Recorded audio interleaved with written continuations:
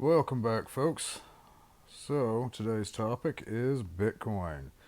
And apparently, it's now top 40,000 for the first time in 2 weeks. We've seen quite a drastic drop in price.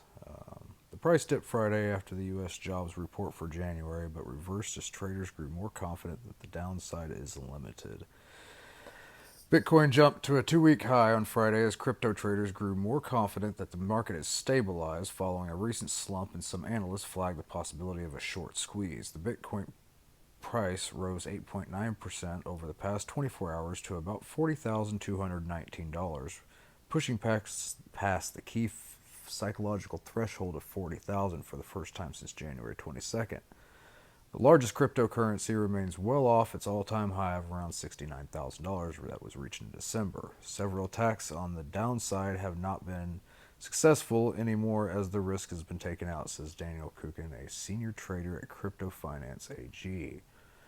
Kukin said that his next target for the price level is on the upside of about 42,000 to 43,000. He sees market support at 33,000 or 28,000 in the worst case, which we have not touched.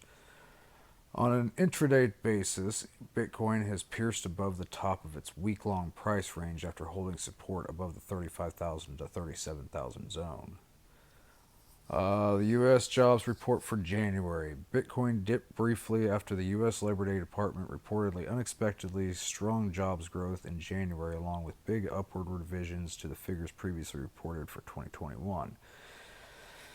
Theoretically, such a report would be negative for Bitcoin because the Federal Reserve might need to move more aggressively in hiking interest rates to keep the labor market from overheating. In general, Bitcoin's prices responded negatively to tighter monetary policy.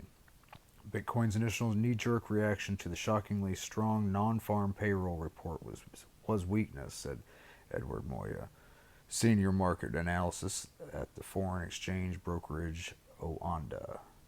But he noted that Bitcoin has managed to stabilize despite rising inflationary pressures that continue to push global bonds beyond or higher, yields higher.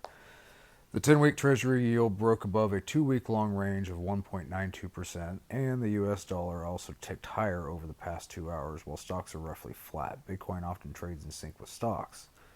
Jason Diane, Bitcoin analyst at Quantum Economics, said that Bitcoin's recent moves do seem to have coincided with the latest U.S. jobs report, and it's possible that this may simply have acted as catalyst for an overdue market move.